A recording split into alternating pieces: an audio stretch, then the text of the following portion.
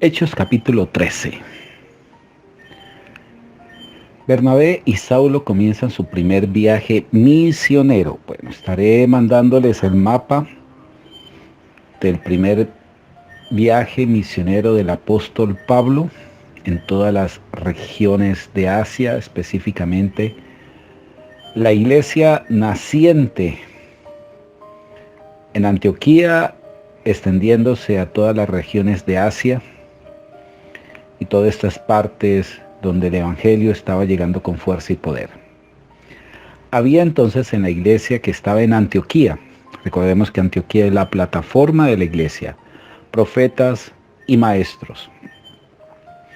Bernabé, Simón, el que se llamaba Niger, Lucio de Cirene, Manaén, el que se había creado junto con Herodes, el tetrarca, y Saulo, ministrando estos al Señor.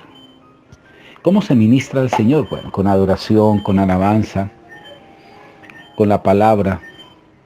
Y dice que ayunando dijo al Espíritu Santo, aquí el Espíritu Santo direccionando a la iglesia, apartadme a Bernabé y a Saulo para la obra que los he llamado. Entonces, habiendo ayunado y orado, les impusieron la mano y los despidieron. Ellos entonces, enviados por el Espíritu Santo, Él es el que envía, descendieron a Seleucía y de allí navegaron a Chipre. Esto lo podrán ver ustedes en el mapa que les enviaré. Y llegando a Salamina, anunciaba la palabra de Dios en la sinagoga de los judíos. Tenían también a Juan el ayudante. Mucha atención a esto. Juan el ayudante. Ya les envié un estudio de Juan Marcos para que usted lo pueda leer y pueda aprender de este joven Juan Marco. Y habiendo atravesado toda la isla hasta Pafos, hallaron cierto mago, falso profeta judío llamado Bar Jesús. La palabra Bar significa hijo en hebreo, es decir, hijo de Jesús, que estaba con el procónsul Sergio Paulo, varón prudente. Este, llamando a Bernabé y a Saulo, deseaba oír la palabra de Dios.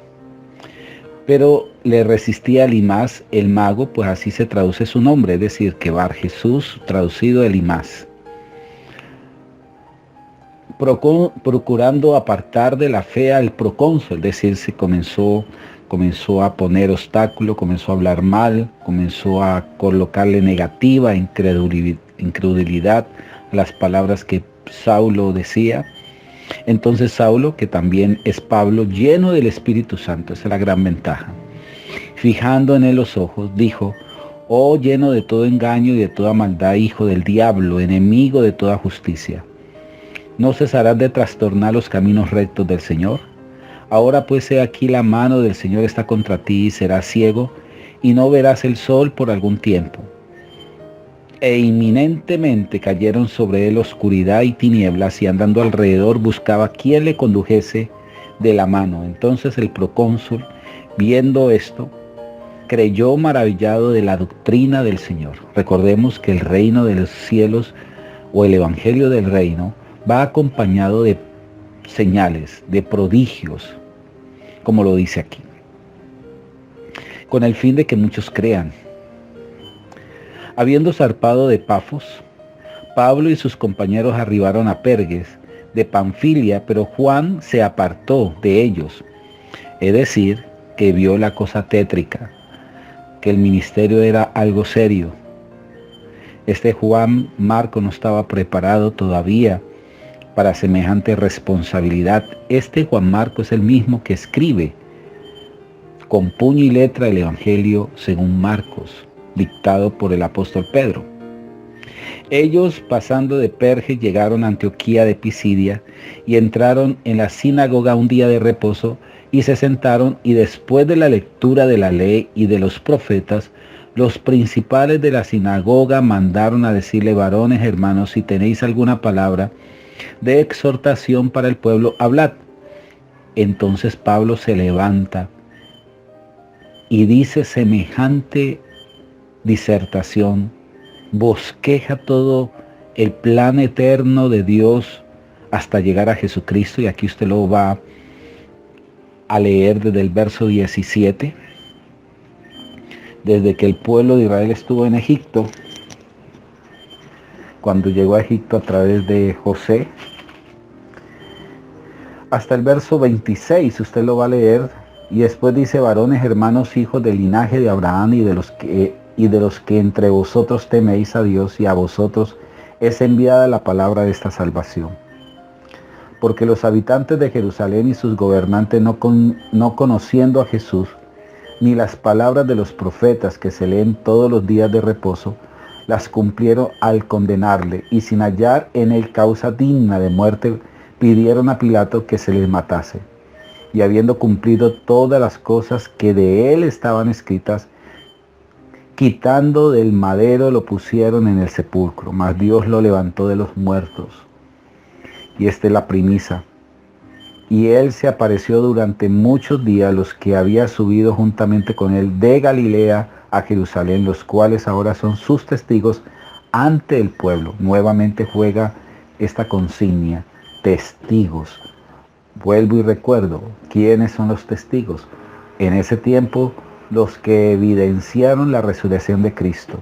En este tiempo, los que esa resurrección se hace evidente en vida de transformación, de cambio en una familia, en un hogar, en una persona, en una sociedad.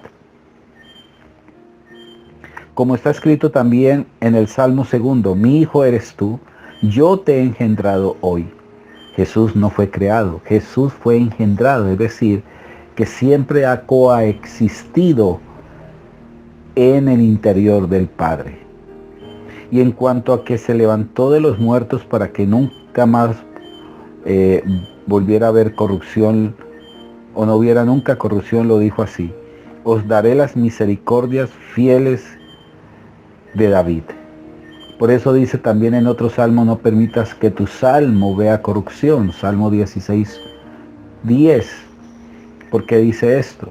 Porque el cuerpo, después de muerto, comienza el proceso de putrefacción después del cuarto día, y cuando iba a comenzar el proceso de putrefacción en el cuerpo de Jesús, resucita. Por eso dice que su santo no vio corrupción. La corrupción es sinónimo de desvanecimiento, es sinónimo de degradación.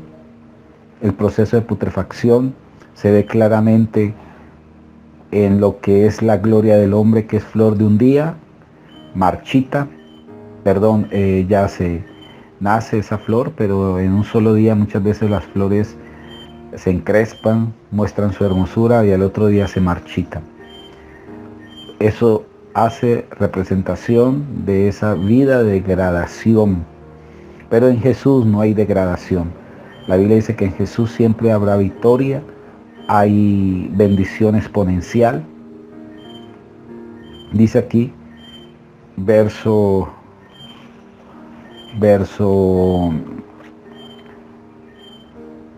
35, por eso dice también en otro salmo: no permitas que tu santo vea corrupción. Porque a la verdad, David, habiendo servido a su propia generación según la voluntad de Dios, durmió y fue reunido con sus padres y vio corrupción. Mas aquel a quien Dios levantó, es decir, a Jesús, no vio corrupción. Sabed pues esto, varones hermanos, que por medio de él, es decir, por Jesús, se os anuncia perdón de pecados, y que de todo aquello que por la ley de Moisés no pudiste ser justificados, en él es justificado todo aquel que cree. Qué hermoso texto este. Es para tenerlo sumamente en cuenta. En él es justificado todo aquel que cree. Mirad pues que no venga sobre vosotros lo que está dicho en los profetas. Mirad, oh menospreciadores, oh asombrados, y desapareced, porque yo hago una obra en vuestros días.